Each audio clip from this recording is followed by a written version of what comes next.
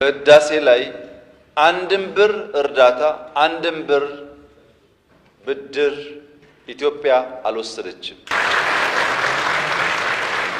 በጀግኖች ኢትዮጵያውያን ቁርጠኛ አቋም በሀገር ውስጥም በሀገር ውጭ ያሉም ኢትዮጵያውያን በቁርጠኝነት ጨክነው በጋራ ቆመው ስለሰሩ የተከወነ ፕሮጀክት ነው።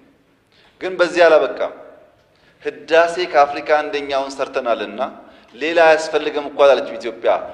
በአፍሪካ ሶስተኛ የሆነውን ኮይሻ እየገነባን ያለ ነው፣ የንፋሱን ሳልጨምር። እውነት ነው ፕሮጀክት የለም፣ ግን ከአፍሪካ አንደኛው ኤርፖርት ኢትዮጵያ ውስጥ ተጀምሯል። እንደዚህ ያለ ፕሮጀክት ኢትዮጵያ አስባም ሰርታም አታውቅም። እውነት ነው ፕሮጀክት ቀንሷል፣ ግን የማዳበሪያ ፋብሪካ ኢትዮጵያ ውስጥ ተጀምሯል። የጋዝ ፌዝ 1 ጨርሰን ፌዝ 2 እና ሪፋይነሪ እየሰራን ነው። ሜጋ ፕሮጀክት በፕሮጀክት ክትትል፣ በፕሮጀክት አፈጻጸም፣ በፕሮጀክት አመራር እንኳን ኢትዮጵያ ውስጥ ድፍን አፍሪካ ገና ከኢትዮጵያ ይማራል።